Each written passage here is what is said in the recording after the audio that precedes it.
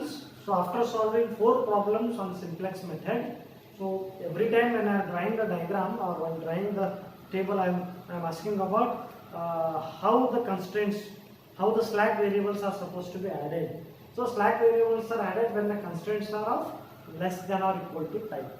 Fine, then only we can add slack variables. What happens when we need to add surplus variables?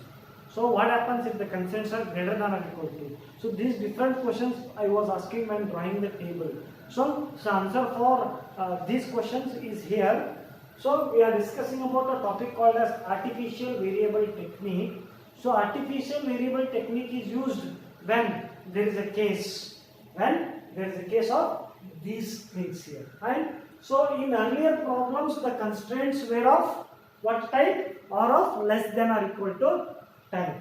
Fine, with non-negative variables on the right hand side.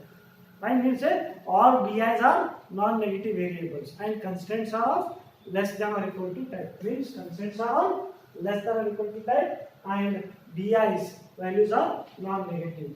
So with the introduction of slack variables, we can get directly initial basic feasible solution. Fine. When we introduce the slack variables, we directly used to get the initial basic feasible solution. Then we need to implement that then we need to solve that problem using simplex method.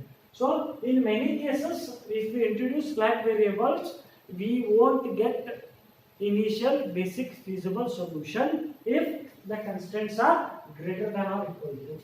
So these problems, at least one of the constraints contain less than or equal to type. In these cases, by introducing only the slack variables, we don't get any initial basic feasible solution. So in such cases, we not only need to introduce slack variables, we also introduce another variable called as artificial variable.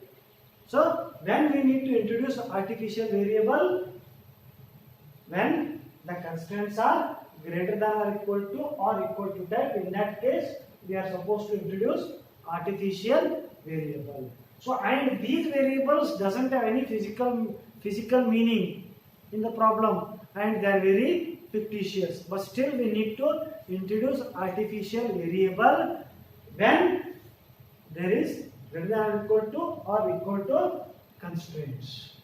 Not only by introducing slack variables, we also introduce what? Artificial variables. So artificial variable technique is a device to get the starting feasible solution, starting basic feasible solution. So once we get the starting basic feasible solution, we continue with the simplex method until the solution is obtained. I mean to say optimum solution is obtained. So once again I will repeat. So artificial variable is a technique which is devised to get initial basic feasible solution. So once we get the initial basic feasible solution, we solve that initial basic feasible solution by simplex method until we get optimal solution.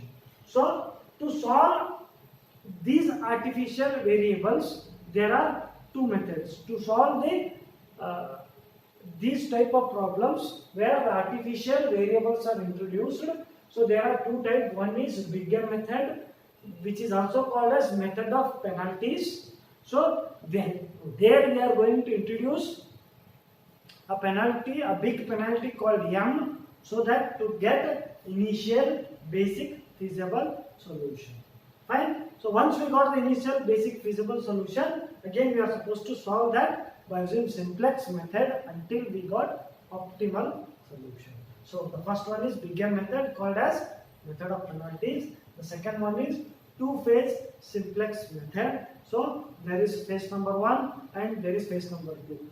Phase 1 and phase 2. So there are two phases. That's why it is called as two-phase simplex method. So this is what the technique of artificial variables. Fine. Thank you.